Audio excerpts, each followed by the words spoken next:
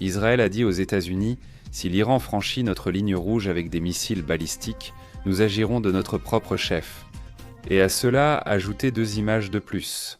Un golfe Persique avec des navires de guerre en mode défi et les États-Unis déplaçant des pièces dans toute la région. En ce moment même, l'un des plus grands déploiements militaires des États-Unis au Moyen-Orient de toute l'histoire. Bonjour, je suis Arié. Entrons dans le vif du sujet, car aujourd'hui nous voyons comment la diplomatie, la menace réelle des missiles et un déploiement militaire américain qui ne s'active pas par caprice se croisent.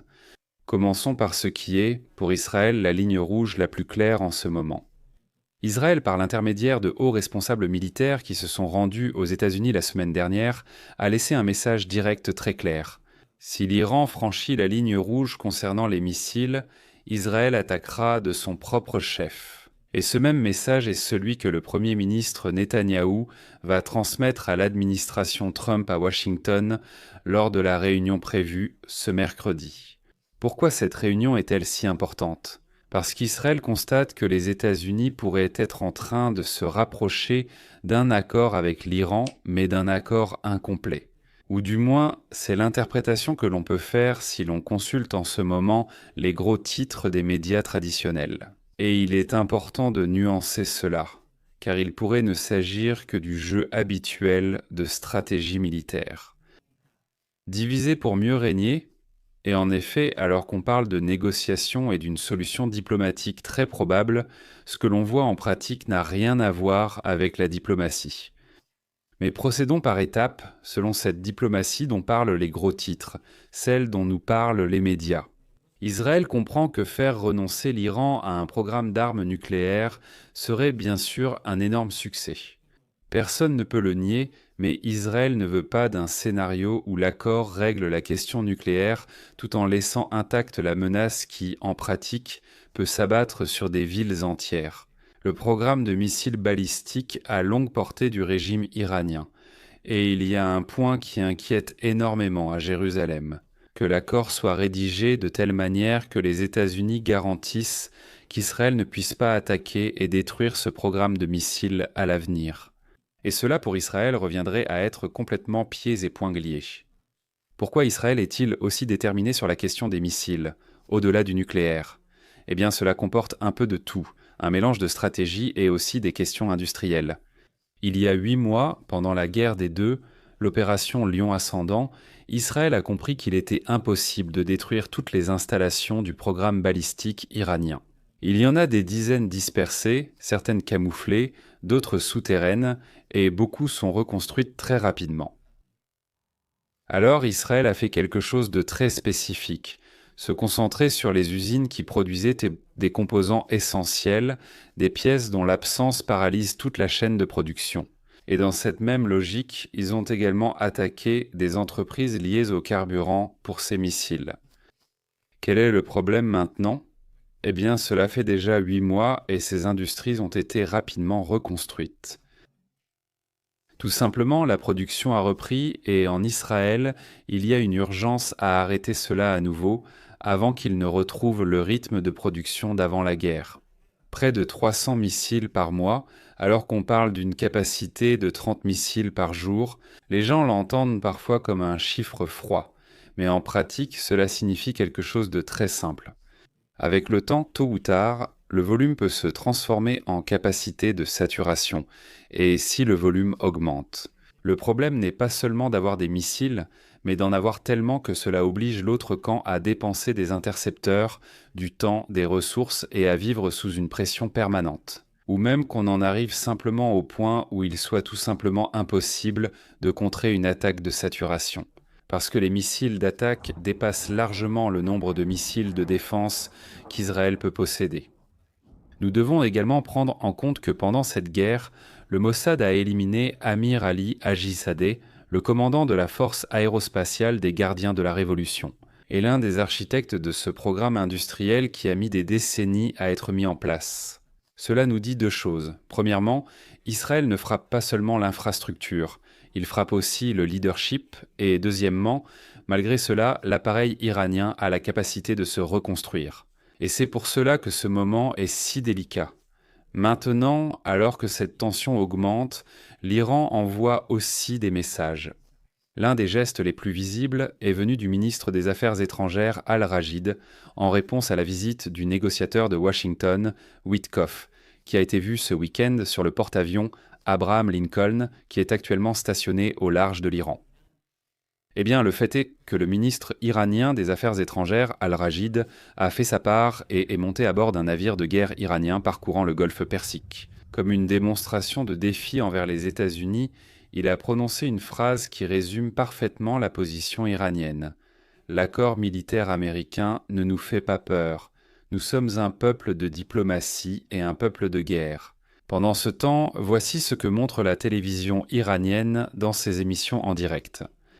Missiles Fatah, Solfagar, Khaybar et Sekhan, avec un avertissement très clair que les États-Unis ont porté un double coup au pays et qu'il ne faut pas le sous-estimer.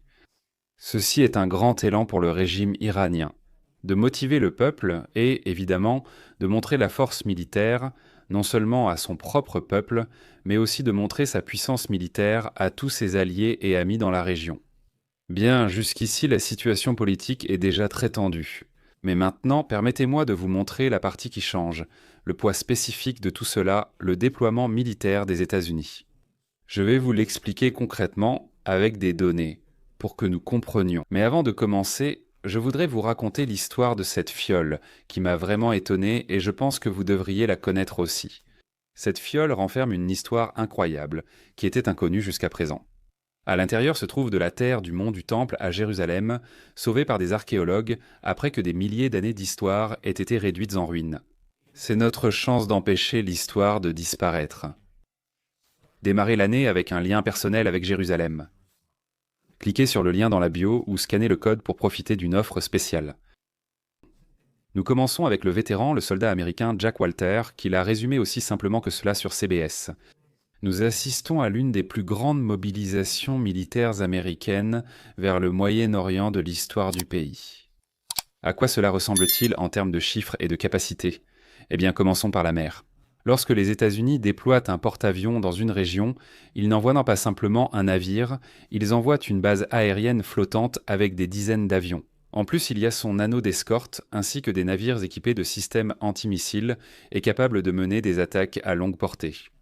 Ajoutons à cela que 2 sous-marins rôdent également au large des côtes iraniennes et, deuxièmement, sur terre. Et en fait, les États-Unis n'opèrent pas depuis un seul point. Ils opèrent à partir d'un réseau de bases et d'accords logistiques qui leur permettent de soutenir des opérations de haute intensité, et dans une escalade avec l'Iran. Cela signifie que la région n'est pas un théâtre lointain.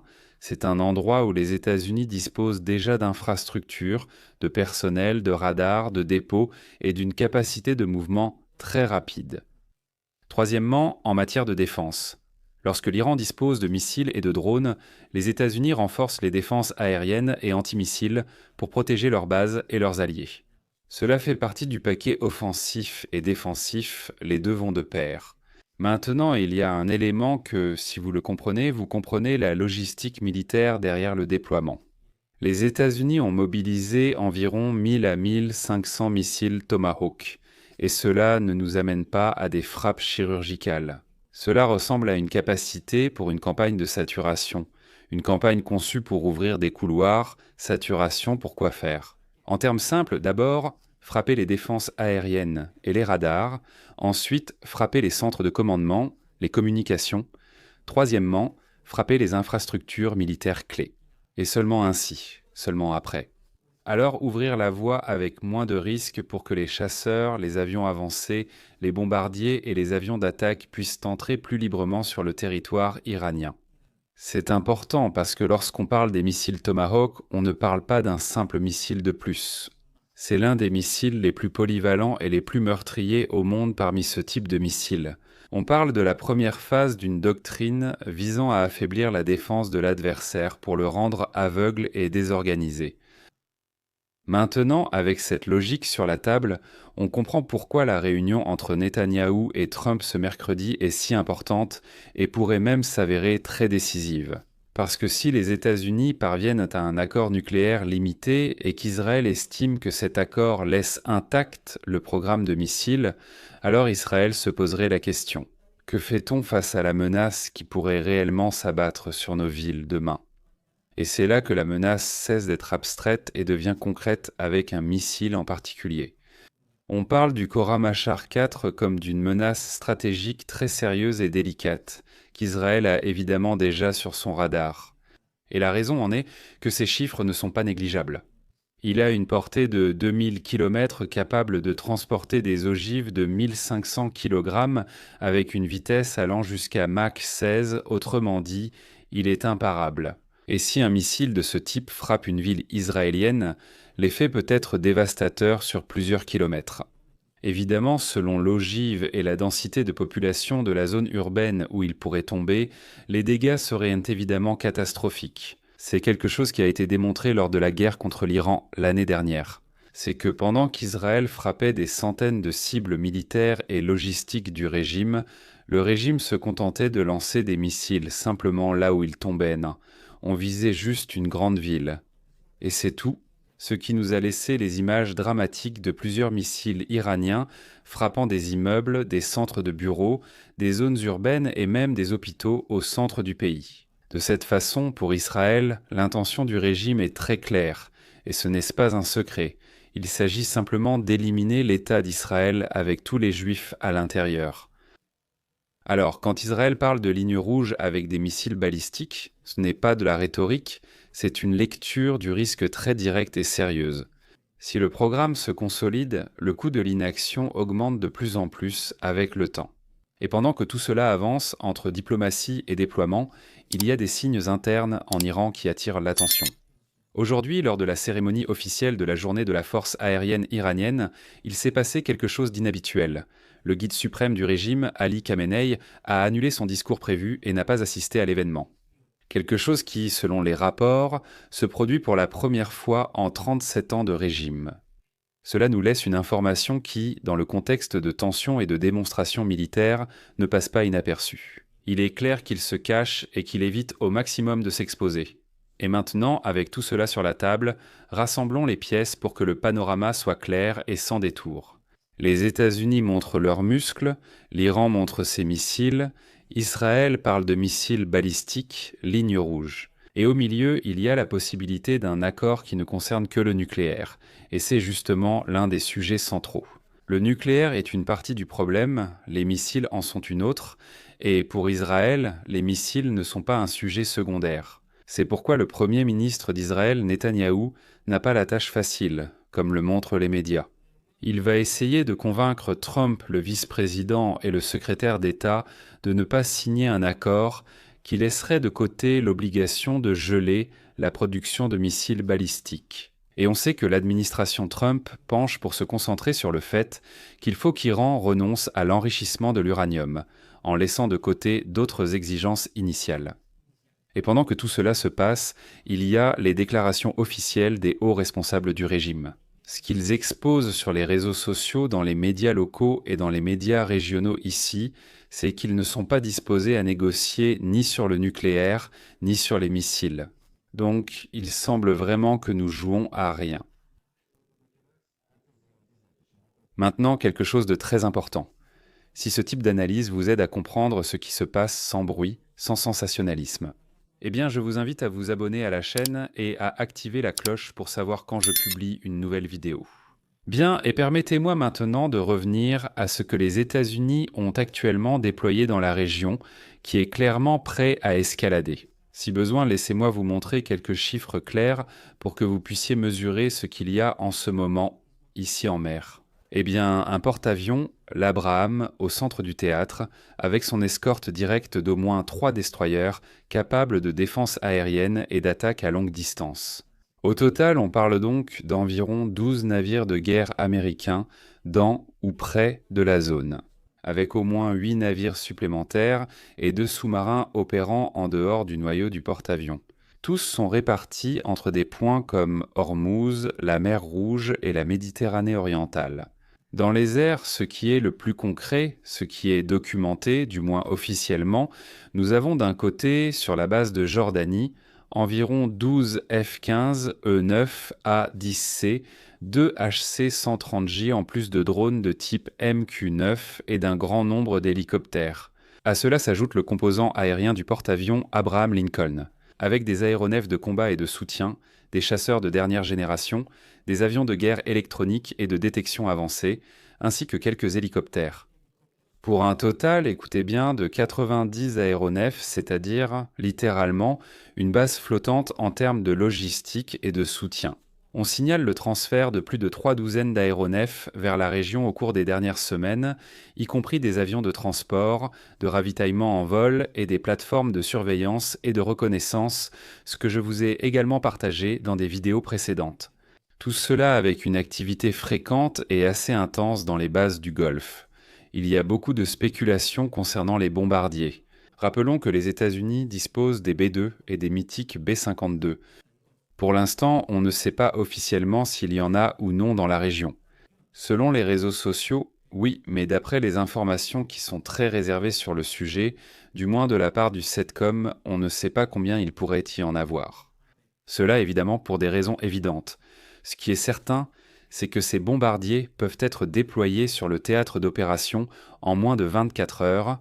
Maintenant, du côté d'Israël, les données publiques les plus claires font état de 48 F-35E, qui font partie de la flotte la plus sophistiquée de la flotte israélienne, plus les F-15 et les F-16 pour un total d'environ 250 appareils. À cela s'ajoutent les 10 batteries Iron Dome, la couche stratégique antimissile Arrow, qui est opérationnelle à 100%, et le système Front de David. Pour ces deux derniers, il n'y a pas de chiffre public sur le nombre de batteries déployées. Et en mer, Israël dispose de 5 sous-marins Dauphin et de 4 corvettes CR-6. Voilà donc la situation actuelle, ici dans la région. Donc, lorsque l'Iran dit « Nous sommes des gens de diplomatie et des gens de guerre », il justifie une stratégie double que, apparemment, tout le monde adopte. Négocier et préparer le coup, c'est ce que font réellement tous les acteurs impliqués.